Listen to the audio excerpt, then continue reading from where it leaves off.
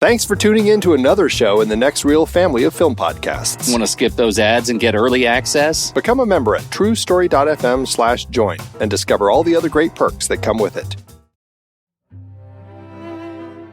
Case notes, August 30th, 2025. Location, remote. All suspects called from separate locations. Classic misdirect. Time of incident, 4 p.m. Pacific. I never meant to start a podcast. Not really. 1 minute you're watching a nice little British murder movie, and the next you're coordinating calendar invites for 4 people who each claim to be free, except Thursday nights and any time after 9, but only if their Wi-Fi holds. The subject of the investigation, the Thursday Murder Club. The crime, a suspiciously cozy mystery with a suspiciously charming cast that may or may not have gotten away with murder. The panel? Tommy Metz III, quick with a theory, slow with a mute button, once faked his own death to get out of work to get into jury duty. Dubious. Mandy Kaplan, entered on the spot and immediately took control of the room, dangerous, possibly delightful. Steve Sarmento, knows too much, insisted these introductions are read in order of ascending motive, definitely suspicious. Justin J.J. Jaeger, insists on calling it a character study, brought his own dartboard, is calling it evidence. All claim to be innocent, all agreed to record. One of them is lying, and none are off the hook. I'm Pete Wright. Let's open the file in the puzzle box. The film board gathers.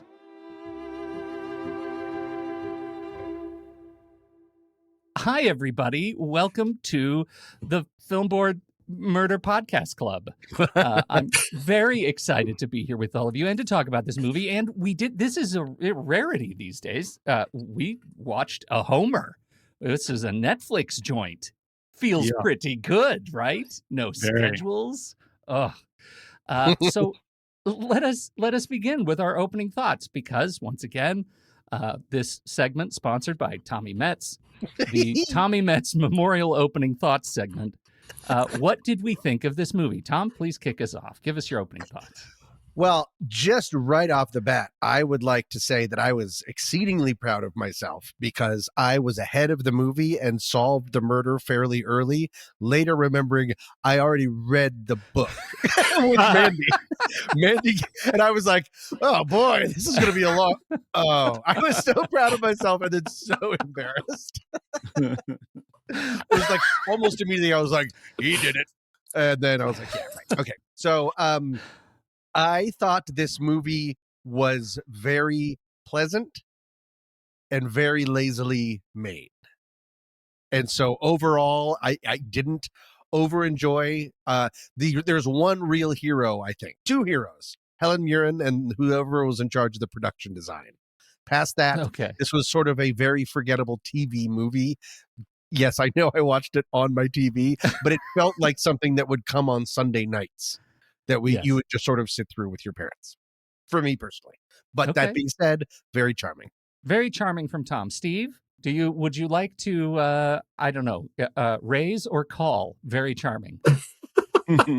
Well, first off, I read the book. So knowing that it's a adaptation, translation, whatever you call it when you make a book into a movie, it's never going to be exactly the same thing. But it did remind me of a discussion my wife and I had last year about when you go into like a home goods store, a Hobby Lobby, Michael's, whatever, and you get some framed, like, I don't know, old barnwood with a clever expression on it. And it's like, you've put it on the wall. It's like, it's not art, it's decor. There's two different things. Just because something's framed and on the wall doesn't mean it's necessarily art.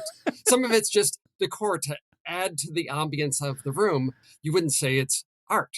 It's 1 o'clock somewhere. Am I right, Steve? Yes. Right. So you don't say, come admire the art. The live, laugh, love of cinema.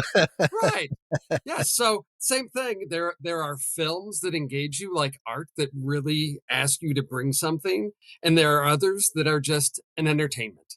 And they are there and then they are gone and there's nothing left to them. And so I had to remind myself that this is an entertainment. And that's where it is. It was a moderate entertainment that I will not see again. Oh, okay. Which was the working title. Yes. Mandy, was it moderately entertaining and charming? I'll see that and raise it a little. Okay. I thought that the charm of the cast and just the joy of watching 6 septuagenarians on screen together, it makes me happy. And I love the book. I love all the books deeply, and the 5th one comes out late September. I thought this did not live up to the book in its humor and charm and depth of character. In the book, we get to know them in a deeper way, and I wanted this to be a mini series or limited series so we could have gotten to know them and their histories and their ups and downs and their hearts. I missed that deeply. That said, I'm one of those people who there's no bad pizza. Like, I'll eat pizza no matter what kind. And this to me was like an okay pizza. Geriatric pizza. It was Papa John's. It was fine. Okay. All right. So it was fine. It's a little raised a little. JJ, what do you bring? As the last person to accept the calendar invitation for this session, what do you bring? Yeah, why the suspense? Pure idiocy and ineptitude, I think, is what I bring, and is a great answer for why the suspense. But no, I think I'm really glad that you put me last in this group here, because I think that for the three of you, I think you were underserved by actually reading the book first. In that, what I would like to introduce to this is the comparison of this film, not to the book, because I'm sure I can imagine how wonderful the book is. And Mandy, I really appreciate what you say in terms of it being a potential miniseries, because I feel that too. I feel that it could be a wonderful look that way. And the comparison that I'd like to invite you to consider when we talk about this is Knives Out, because I think as we look at this, I think that without the book or a comparison to the book, I think you might find that this film is possibly as good or as twisty as something like Knives Out. Wow. And I would love to hear your comparisons to it in that regard.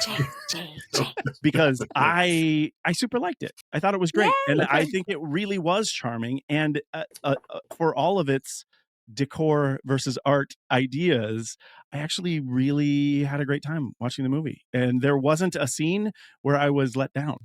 So I don't know if potentially the mystery was light. Maybe it was easy to figure out, but I don't know if people who have read the book would know whether it is or not. And I think we should challenge ourselves to think of it that way too. I love that. JJ for the win. I love it too, because I don't agree. For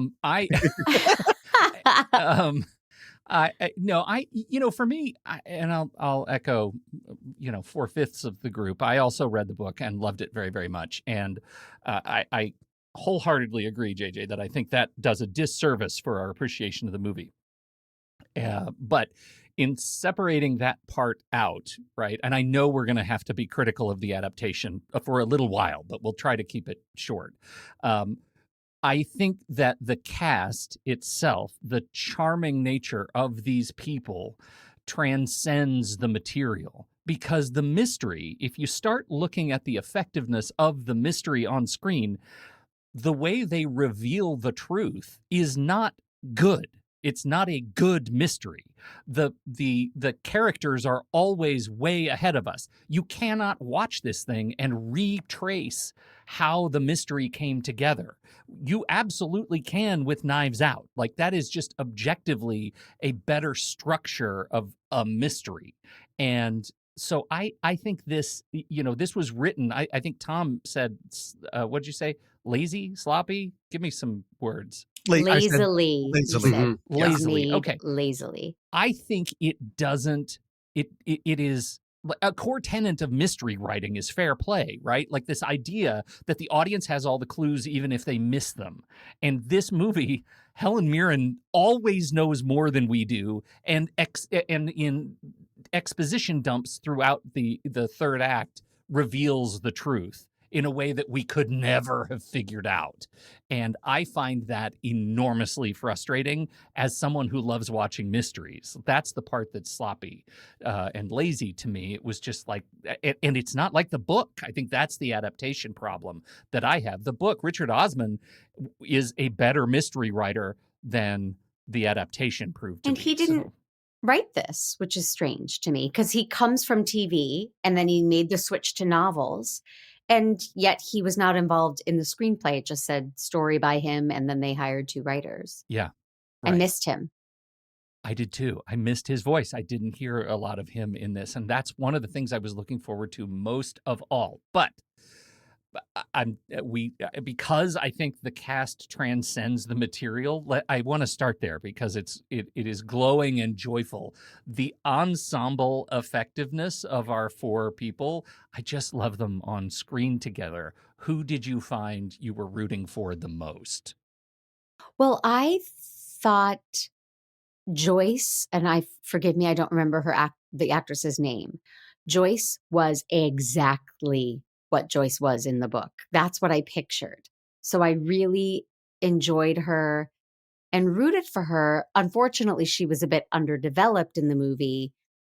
In the book, it's a joy when she thinks on her feet and gets feisty and joins the club and lies to the police and all of that stuff. It's like you are so invested in Joyce, and the book is told from her perspective. So I'm a Joyce fan. Team Joyce. Joyce was easily my favorite character, and the actress, I might pronounce it wrong, Celia Imrie, is that right? Mm-hmm. Yeah, I thought she was wonderful, and I don't recognize her from other things that I'm sure I've seen her in, unlike the other people in the cast, but she was by far the character that I was happiest with and most excited to spend time with in this film. She seemed like the one that was least kind of phoning it in. I mean, I found them charming, but I didn't find them terribly believable, except for Helen Mirren. And the tone of this movie with the characters is very uneven and kind of all over the place. And so that also hurts it for me. Like, I feel like I can see Ben Kingsley doing a little skit. Yes. Versus acting like a fleshed out real person that everyone was given 1 to 3 ticks except for Joyce, and they just hit those ticks over and over and over and over again. For me, didn't you just describe Pierce Brosnan's career? 1 to 3 ticks. Wow. And I'll thank you to address him as Sir Ben Kingsley. Very nice. Tom W. Metz III. My apologies. You mean Benny? Benny K? Yeah. I think I actually found the characters. I didn't have so much trouble with Elizabeth or Ron or Ibrahim or Joyce as characters. I struggle a little bit at the reveal of Helen Mirren's capacity for solving crime. I really enjoy that. It felt both slow rolled and deeply obvious throughout. And I just, it was a little bit schizophrenic. The use of Joyce, I have to agree, is the audience surrogate, like new to the club, learning the ropes is such an excellent like script tool for exposition. It just really worked really well for me. I didn't actually mind the voiceover because so much of the book is in her voice. Even though I never trust a movie with a voiceover. I just don't do it. Never trust anybody involved with voiceover. Truth. Sus. Yeah. The secondary characters, Chris and Donna, I feel like they're plot characters, our police, Naomi Aki and what's his name? And maybe the biggest disappointment of all, David Tennant and Richard E. Grant, who I was looking forward to maybe the most, are just completely wasted in this movie, especially Grant, who deserves, I want a spin-off of just his character, the florist with blood all over his hands. Grotesque and awesome. Ben Kingsley called this Chekhovian. People were calling it cozy, and he said cozy. No, Chekhovian, his word. Oh. Steve? You're a big Chekhov head. Chekhov's tape recorder. I mean, yes. I guess I really appreciate Jonathan Pryce's Stephen because you've got a character who can just forget things, and that's the way I feel about this. It felt like such a plot device. I mean, so many of these pieces, and I'm trying to separate it from the book because, unlike you, I really did not enjoy the book because it felt written like a TV show where every chapter, like a good script, right? The scene starts as late as it should and ends as soon as it should. And so I would get a chapter that was, here's an information dump. Great. Now we go to this place, information dump. And I thought this should be a perky paced film because there's a lot of information to get through. But I didn't find that in this film. What I found was a bunch of flat character types that just move from place to place to deliver lines, either to give the audience information or to introduce something in the plot to move us to the next point. And so I didn't really care about any of the characters. They felt like types, not people. And as I thought about it, I thought, sure, everybody in the production looks like they're having a good time, but it's then like watching somebody's home movies. I don't want to watch you having fun when it's not entertaining for me to do that. And so that's really where I was. I'm like, they are having a great time. They're doing their thing. They've found some way to connect with whatever semblance of a character is there, and marching through these scenes and some beautiful scenery and great locations. And I think they all had a good time and looked like they had fun with it, but it was none of that for me. I'm uninviting Steve for my anniversary party. He will not enjoy the slideshow, apparently. I wonder I wonder if I love the coming books so much, particularly Elizabeth and Stephen's storyline in the latest, the fourth one. I wonder if I'm imbuing some of that into the film. You know, if I'm giving it credit it didn't earn, but I disagree that they were just stereotypes. I do care about them. I was heartened by them. Some of the best moments were the quieter moments. The chess, even the chess with Stephen and Bogdan, the relationship between Elizabeth and Stephen for sure. I do agree there's some melancholy watching Jonathan Pryce on screen at all in his last role, and the fact that his last two roles, I think, are old men with dementia is, maybe a touch on the nose. Wait, makes me sad. Is he suffering from dementia? I think he's dead. Didn't he pass? No. He did? No. Okay, wait a minute. No. I recently heard him in an interview. No. Yeah. No. You're going to do it faster than me. The internet lied. Surprise. No, he's still alive, but it's coming, you guys. Any day. He's... in the way that it's coming for all of us. You guys, the first link is Jonathan Pryce is still alive from Reddit /Mandela effect. No. So it's a thing. I deserve that. No, he's still alive and he's really delightful. And he should stay alive forever. We think Jonathan Pryce will live forever. He should. Anyhow, he's really leaning into the old man with dementia roles, and I love him for it. He's fantastic. Pete'll recover. Don't worry. Pete'll just cut all this. Yes. What's fascinating about so Pete's much going to go back to though, his intro with his British accent, and none of this has happened. What's interesting to Steve's point, though, that I kind of felt like this. A lot of and this is definitely an Osman, trait, right? That it leans a touch sitcom-y, and you can kind of feel it like they're on set. This is also Columbus-y, right? Like Chris Columbus. You can kind of feel like every shot needs to be a candidate for the trailer. Every line has to be a candidate for the trailer. And as such, everything can feel like a punchline rather than in service of character. And I felt the weight of that throughout the movie. Am I alone? No, and I don't know if we want to talk about Chris Columbus yet, but I think that he might be one of the biggest problems for me of the movie in what made it seem. It reminded me of the early, and I know he directed them, that's why I'm bringing it up, the early Harry Potter movies before they got good, like the first two, where it just felt like there's no real magic. every scene in this movie, except the ones that take place in a graveyard, is at noon. The light is always exactly the same. That's why it was just, and the cinematography was so boring. That's why I called out the production design, because I wanted to like look around everybody's flat in these enormous estates that each one Right. of them seem to have, which are bigger than any place I've ever lived.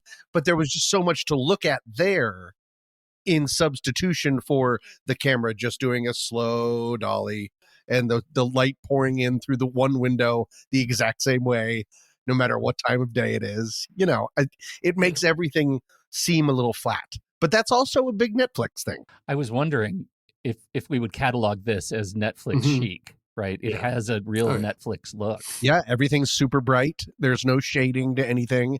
You can see every detail of everything in the scene. Everybody's clothes look brand new. Nothing's worn. Everything is just right out of the box. Yeah, it looks good. It has that look, but it robs it of character.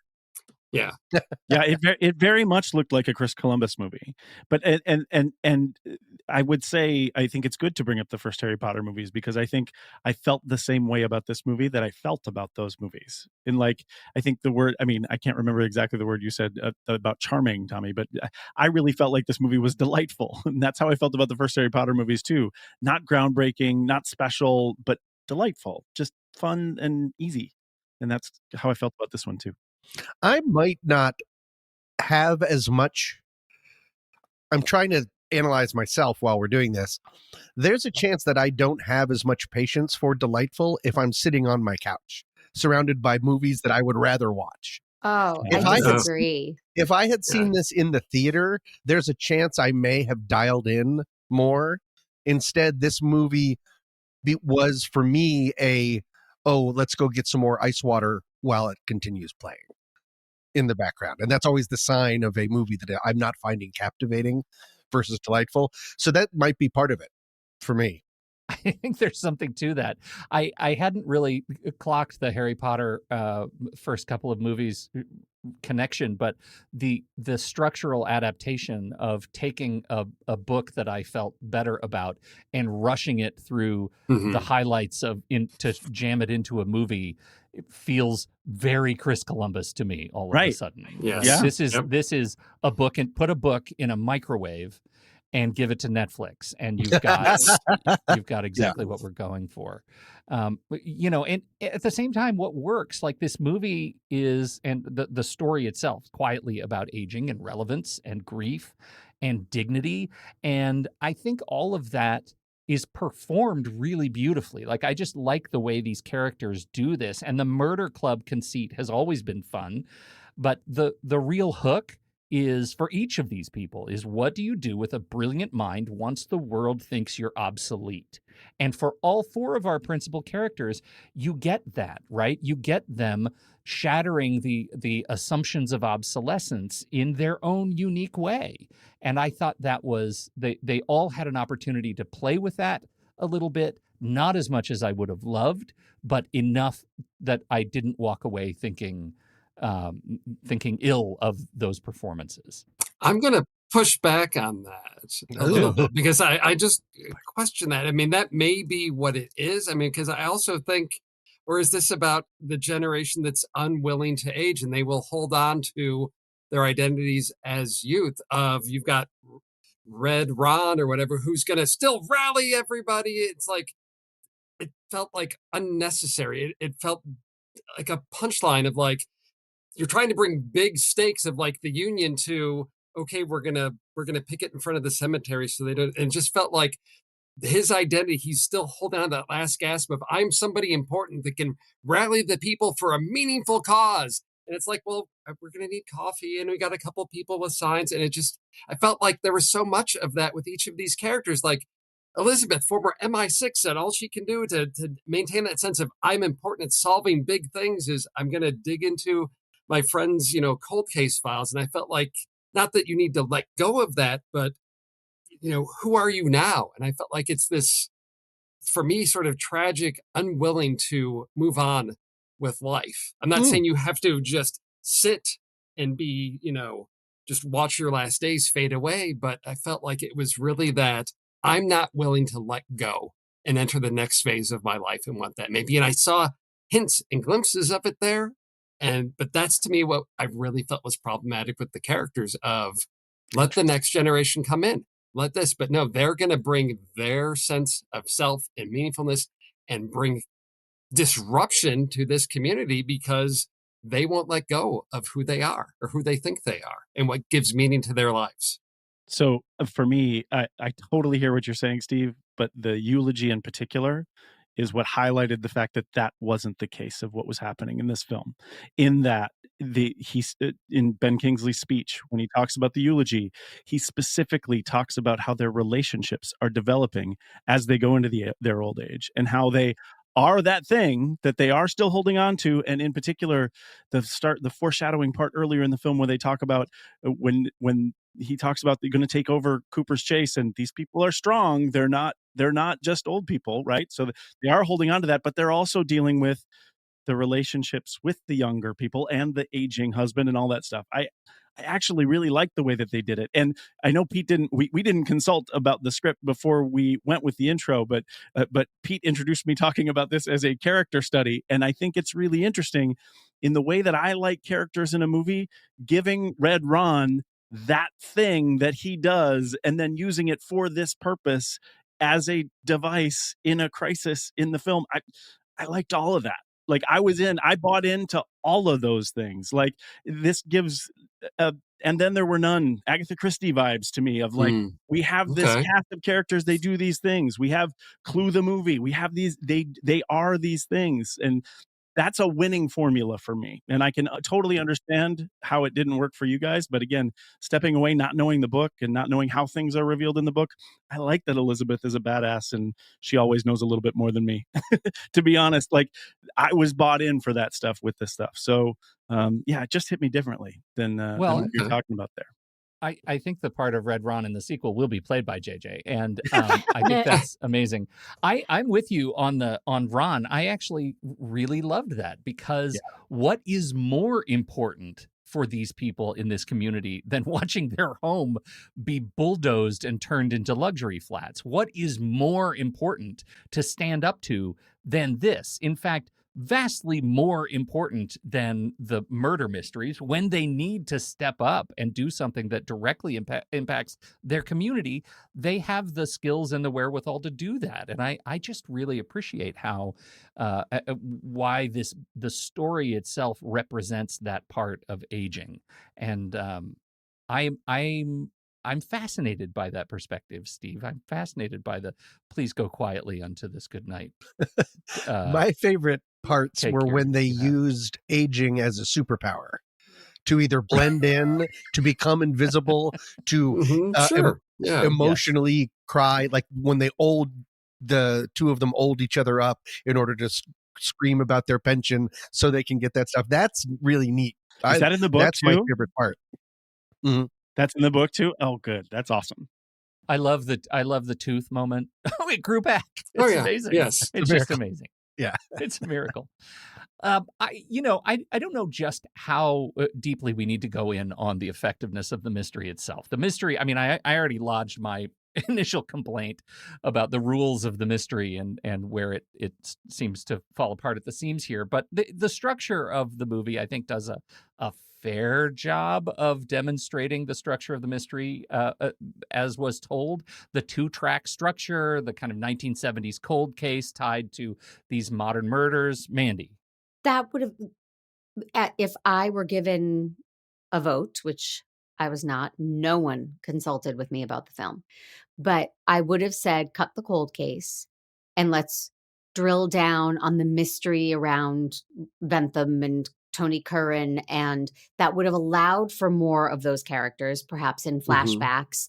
It would have allowed for Richard Grant to be featured more. I didn't want to lose John and Penny because I find them gut-wrenching and lovely, but they could have somehow been intertwined. I would have said, it's too much for one film.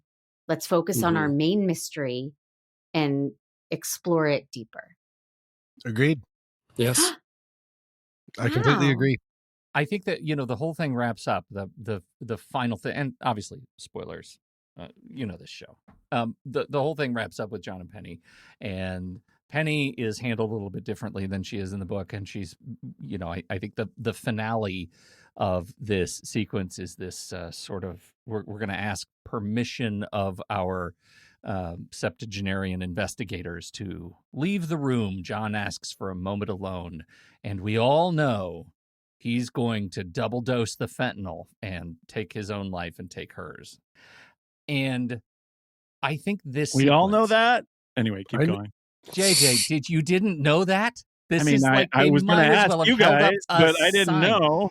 The Chris Columbus is standing in the back of the scene, a la REM, just tossing poster boards with the actual "here's what's happening" on it. It is calling its shots so obviously, and I was so frustrated by that. I was so frustrated because I thought this is a moment where these incredible actors get a chance to just emote, right? Just give us emotional resonance of this horrible thing, and they wouldn't shut up. They would not stop talking and saying goodbye and kissing each other, and I was just like, shut up and feel for a hot second. This is it. This is a homer. You could hit this out of the park, and they just suck. This felt so Columbus. They suck all of that sort of emotional resonance out of the room because they wouldn't stop talking. I thought this was, if there's anything that feels as poster board as some of Chris Columbus's stuff, this scene exemplifies it for me. I believe that was In Excess, not REM. Oh my God, Mandy, with the correction. Thank you. I'm going to edit that. I'll fix it in post. And of course, you know, doing Bob Dylan in that, but the whole point. So what I would say, is I don't mean to be obtuse when I say, did we know that? I think I actually am agreeing with you. I think the lack of emotional depth in that scene made me go, what the heck is happening here? Because it just smoothed the whole thing over into something that wasn't the emotion that it needed to be. And since you knew, and since you understood, you were angry. And since I didn't know and I didn't understand, I was just confused. Yeah, I think that's one of my biggest frustrations with this is that there's like that emotional moment. It's the why about that. There's so much about their relationship, all that, but this movie is so fixated on the who and the what. Just get that information. It's a who done it. I want to know the why done it. I don't care once I know who, but why. Well, let me get into that piece. But it's really about just give us the information. I'm going to answer your question, and then we're just going to move on. And it's like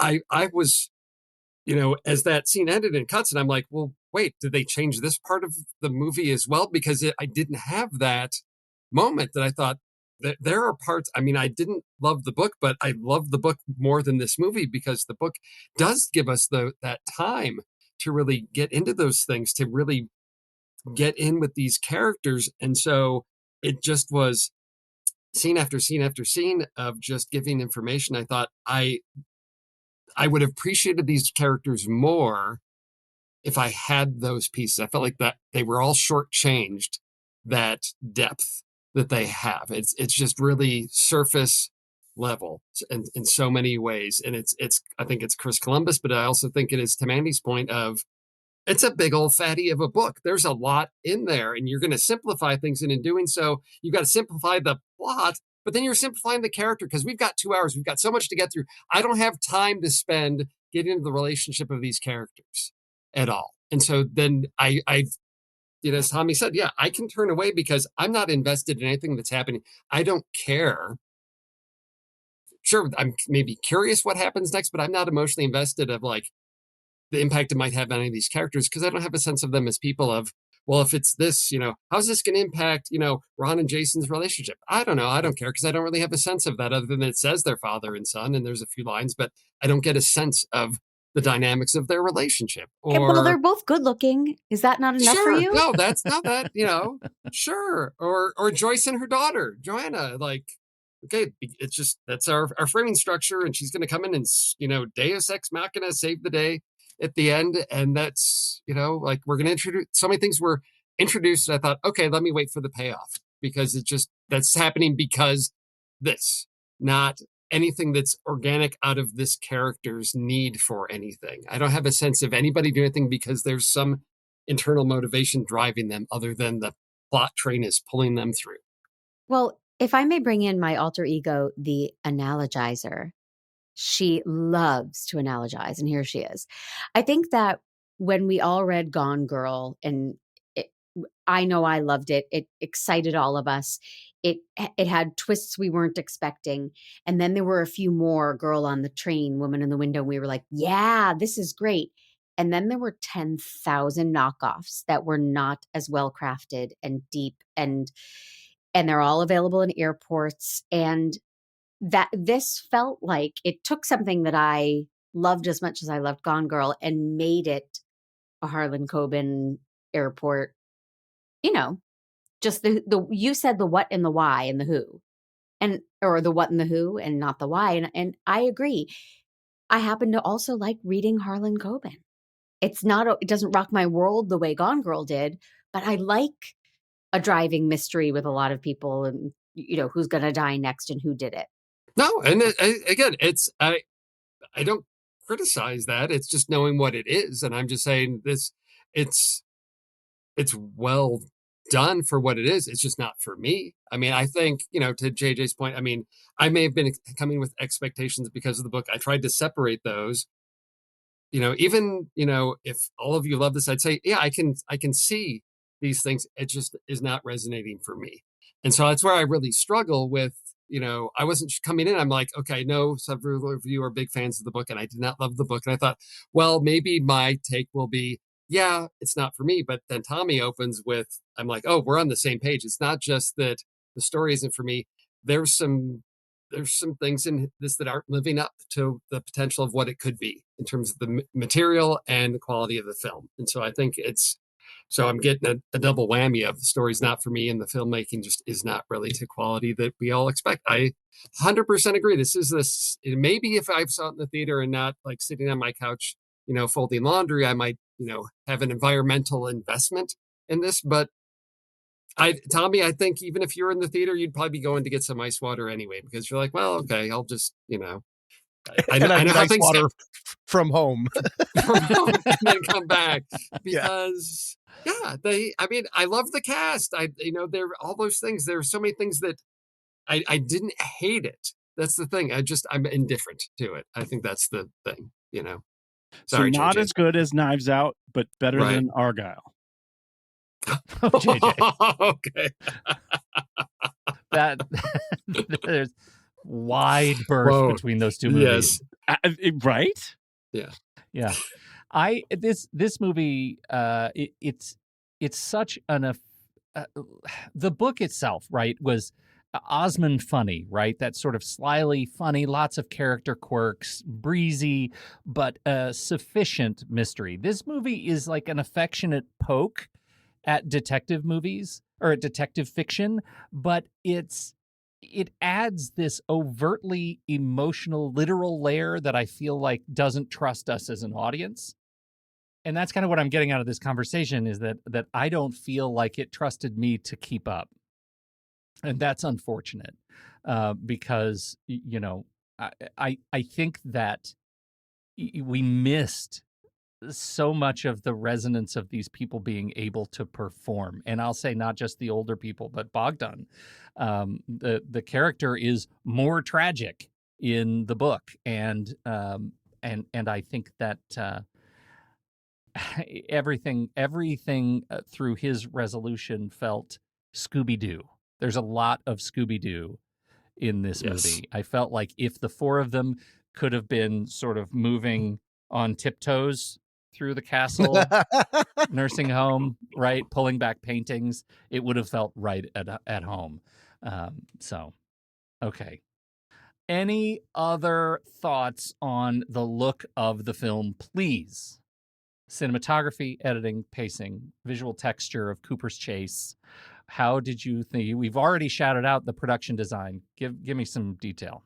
I think Tommy makes great points about, the lack of diversity of what we're looking at shot-wise, but I still found it really beautiful. And I think it's extremely comparable to other Chris Columbus movies that I've seen. Really interesting motion control shots that I'm happy that are in there. And I'm saying, yippee, I can think about how they're doing this, coming in and out and going around. But yeah, it's all the same note. played over and over again. But I found it pretty. So it's the kind of thing that I keep saying. It felt delightful to me. It's not an interesting texture of different things, but with that production design and a whole bunch of kind of fun, beautiful shots with the same lighting, I liked it. Neither is the Great British Bake Off, but that also has incredible motion control shots and delightful. Is stunningly beautiful. Delightful. This is the British Bake Off of mystery. murder mysteries. Exactly. Yes. And on that, it succeeds 1,000%. I really liked the score. I found it so pleasant and uplifting, and Thomas Newman, I really enjoyed it. Just me? Oh, Don't Steve remember the hates score. me. I have no musical ability at all. So Andy will notoriously talk about composers and score and themes, and I'm just like, might as well be colorblind. I have no idea what you're talking about. Nope. It made me feel memorable. good with the sweeping Nope. shots of Cooper's Chase. That music made me drop in and feel good about spending 2 hours there, and that feeling lasted. I'll double down on that. I felt like Cooper's Chase was such a magnificent location. Like, I do want to spend more time there. And I think the music and the aesthetic and the fact that it does feel unreal, right? It's the friend's apartment of senior citizen living center. I wrote that down too. Yeah. Right. And so, but that's okay. Like, I just loved watching their lived space. And I think the music absolutely completes that picture. Whatever's going on, I'll spend 2 more hours in Cooper's Chase for sure. Did it look like how we pictured when we read the book? Not at all. Yeah, me neither. What did you expect? I guess having spent a lot of time in communities like this, but in America, I expected it to look more cookie cutter, little apartments or villas. And it looked like Downton Abbey plunked into the middle of a field. I just didn't expect it to look so majestic. But me either. Yeah. No, I thought it would look more like a nursing home. Is how I just automatically pictured it when I was reading the book. Because it's an incredibly inefficient nursing home. Like every single flat is bigger than my childhood home. It's ridiculous. Yes. But with such a fabulous space to rush us through in 2 hours. Again, Andy, you're absolutely right. I would have loved to spend more time in that space with these characters to, because in terms of geography, yes, reading the book, I have one picture, but here it's, again, just these fragmented we're here. I didn't have a sense of, I've walked the grounds. I know where things are. There's familiarity. I would love to have that relationship with these people and with this space to know these things. And maybe I would have loved for them to do each of the books as a series of 10, episodes or something, to really take that time. I think it merits that. The complexity of the story in the novel, I think, it would deserve that. And so I was very disappointed by in so many ways, they just took shortcuts, and it deserves so much more. And especially if you're going to tease us with this amazing place for these people, like, let us enjoy that time there. I think it's interesting that you guys talk about the time, because I do agree with whomever said earlier that I can't envision myself watching this movie again. But I will say, if it does lead to the next 2 hours at Cooper's Chase, I am going to watch that. I am interested in the next one if they continue to do more of these. Sure. And interestingly, Steve, I'll say about what in terms of getting a sense of place and understanding where we are, maybe we should have Wes Anderson direct the next one. And just do like maps and yes. actually like drawing around, that might be fun. Oh, wow, a murder. Well, I will say, I think we know that the man who died twice is already in development. So I'm sure. Okay. They are going to be coming back to Cooper's Chase. Oh, what are they going to do about Jonathan Pryce? I'm sorry.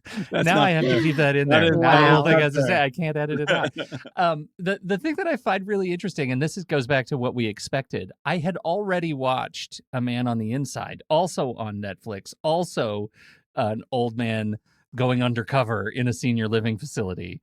Ted Danson is so good. Pitch perfect. Pitch perfect. The show is just lovely and absolutely worth watching. And that's what I felt like I was in for. So this was, I mean, the British take on A Man on the Inside, it's to me, it's worth watching. And I'm not going to say I'm not going to watch it again.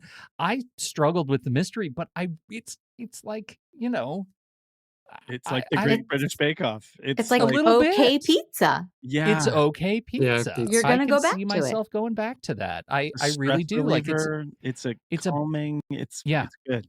Yeah.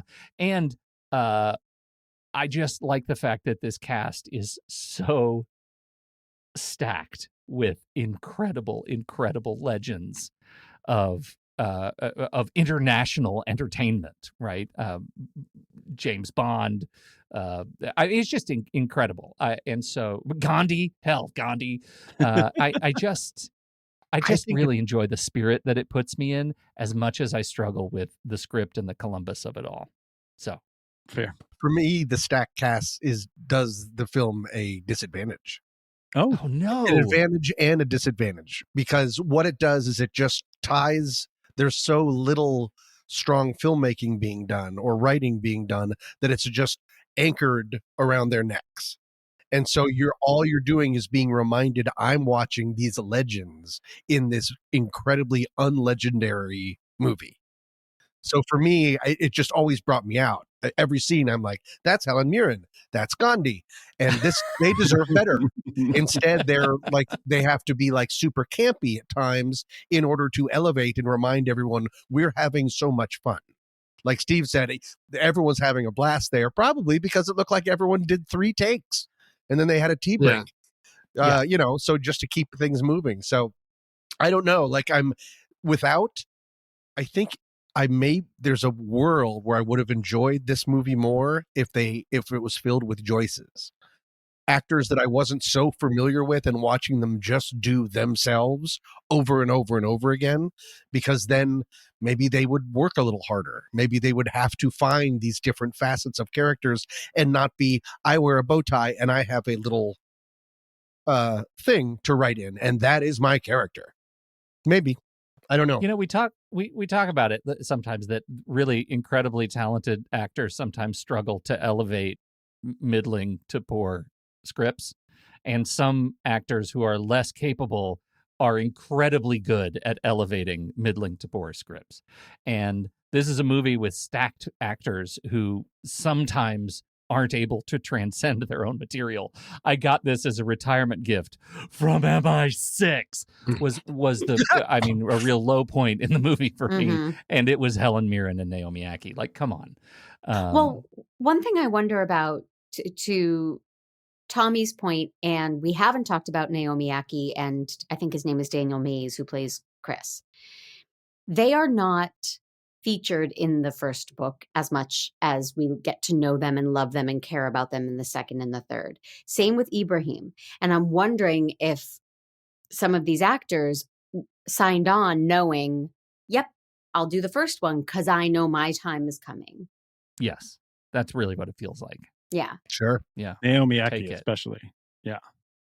I mean, she was sweet. She was great, and I liked what she did, but of course she had to play like not being able to do a lot of things by herself. That's her character arc, is she gains competence over the course of the film, and I just want to see more of that, because I really loved everything that she did once she was solving crimes and finding criminals. Well, again, character development. We know more about Donna from the book and why she is being held back, and to have the chief of police, I don't know what they call it there, be like, that's enough, serve the tea and get out. It's like, well, there was so much more. She had heartbreak, and she lost her sense of self in London, and I don't know, we just didn't get that. They just danced around her backstory. It was just, and she's we got plenty of backstory. So you know, how many times can we show the woman falling out the window with the knife in her chest and Peter Mercer, but we don't get any reliable flashbacks about Donna? Right. Anyway, choices. Still, middling to fair movie, and I think you know where we go from here. We have to letterbox it. Oh, the application of hearts and stars. This is the part that Tom loves the most because he has an unlimited store of hearts and stars and applies them completely indiscriminately without any forethought whatsoever, which we all know on his deathbed will be a grand mistake of accounting. And so here we are. Out of 5 stars, half stars counts for all of you but me. And do you give it a heart or not? JJ, you go first. I think it'll sound like I've been defending this film extremely on this podcast because my opinion is just so different from everyone else and how they felt about it. But I think delightful and middling, and that is exactly where I end up. So it gets a 3 stars from me and a like. Okay. Oh, JJ, okay. 3 and a Lower. heart. That's adorable. Tom? Nope. I'm No, going to give we're it. not talking about Nope. We're talking about No. Thursday Murder Club. Oh. Can we talk about Nope? Okay. I'm going to, because it was charming and I liked parts of it, I'm going to give it a 2.5, but a non-heart, because I am not interested in revisiting this world. And I don't want to see this movie again. And there's no parts that I'm like, remember that one part? I just don't have it. That's a bummer, because we are going to talk about this movie again next month. We're just going to double it up. It's Oh, there's more to say. no. And We full didn't even know it. disclosure, Tommy's coming to my house on Monday, and I'm going to watch this movie again with him in my house. Yes. Weird. Oh, the live watch. Steve, what are you going to do? 2 stars. That's it. 2 stars and empty space on the heart. That's it. That's all I That's have a for it. Sad commentary. Okay. Full Mandy? stop. I liked it. 3 stars and a heart. Okay. Team JJ and Team Joyce. Yes, Team Team Joyce Joyce. all the way. Hashtag Team Joyce. I am also 3 stars and a heart. I will watch this British Bake Off mystery all day long. Just in the background. Our Like, not average even paying could attention not to be it. more pleasant and middling. Our scores. It is. I mean, if Joyce wants to take her rum cake on the Great British Bake Off, there we might have something interesting. It's all about the lemon drizzle. One of Yes. those cakes she brought, I thought, was the cake that's in the credits of British Bake Off. This is a cake forward movie, and I am here for that for sure. We didn't talk about the cakes at all, but I'll just say my heart is for the cakes. And that leads us to what we're going to do next month. Mandy is noped out of next month because most likely, but maybe. Tom, would you please introduce the movie next month? Yes, I have 2 favorite directors, David Fincher and the maker of this movie, Paul Thomas Anderson's new, weirdly, seemingly indescribable movie, One Battle After Another, starring Leonardo DiCaprio, Benicio del Toro, and someone named Chase Infinity, which I find extremely exciting. And apparently Sean Penn plays someone called Captain Lockjaw. So I can't tell if this is a satire or a comedy or an action, but it's Paul Thomas Anderson, so I will see it no matter what. Very excited. That is the truth, and that's what we're doing next month. Thank you all for downloading and listening. Whether you came to solve the mystery, argue about the structure, or just yell, it was obviously Bogdan the whole time. We are glad you are here. If you had fun, join us in the Discord server at truestory.fm/Discord. And if you really, really had fun, support the show and get the perks at truestory.fm/join. Until next time, watch more movies, skip the angry takes, and remember, never trust a movie with a voiceover. Meeting adjourned.